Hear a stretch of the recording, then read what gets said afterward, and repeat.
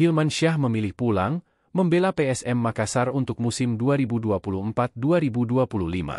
Dia menjadi rekrutan pertama PSM Makassar. Hilmansyah pun antusias menyambut musim baru bersama PSM Makassar. Kiper asal Jeneponto ini telah pasang target pribadi. Ia ingin bawa klub kebanggaan masyarakat Sulawesi Selatan, Sulsel, mengukir prestasi lebih baik dari musim lalu. Bahkan, menargetkan juara.